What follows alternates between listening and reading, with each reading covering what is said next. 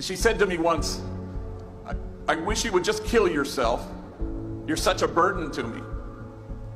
He said, I think I was 9 when my mom drove me down to the deepest part of Baja California. And she walks me up to an orphanage and she knocks on the door and the guy comes to the door and she says, I found this kid. And she left me there for 90 days until my grandmother could get out of her where she had dumped me. And my grandmother came and rescued me.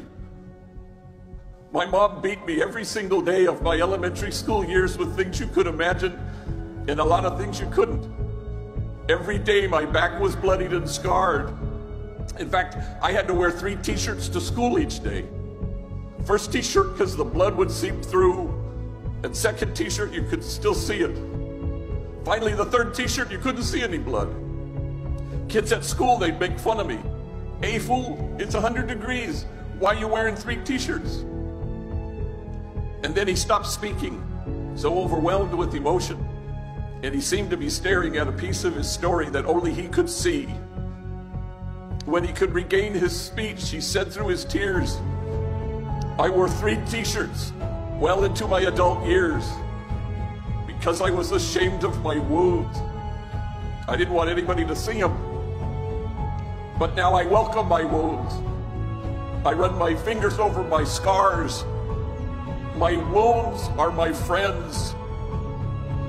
After all, how can I help heal the wounded if I don't welcome my own wounds? And awe came upon everyone.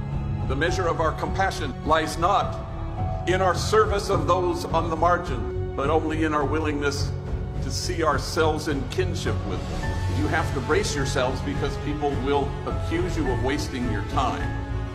You stand with the poor and the powerless and the voiceless. You stand with those whose dignity has been denied, and you stand with those whose burdens are more than they can bear. And you will go from here and have this exquisite privilege once in a while to be able to stand with the easily despised and the readily left out, with the demonized, so that the demonizing will stop. The gentle, kind soul, he's proof that only the soul that ventilates the world with tenderness has any chance of changing the world.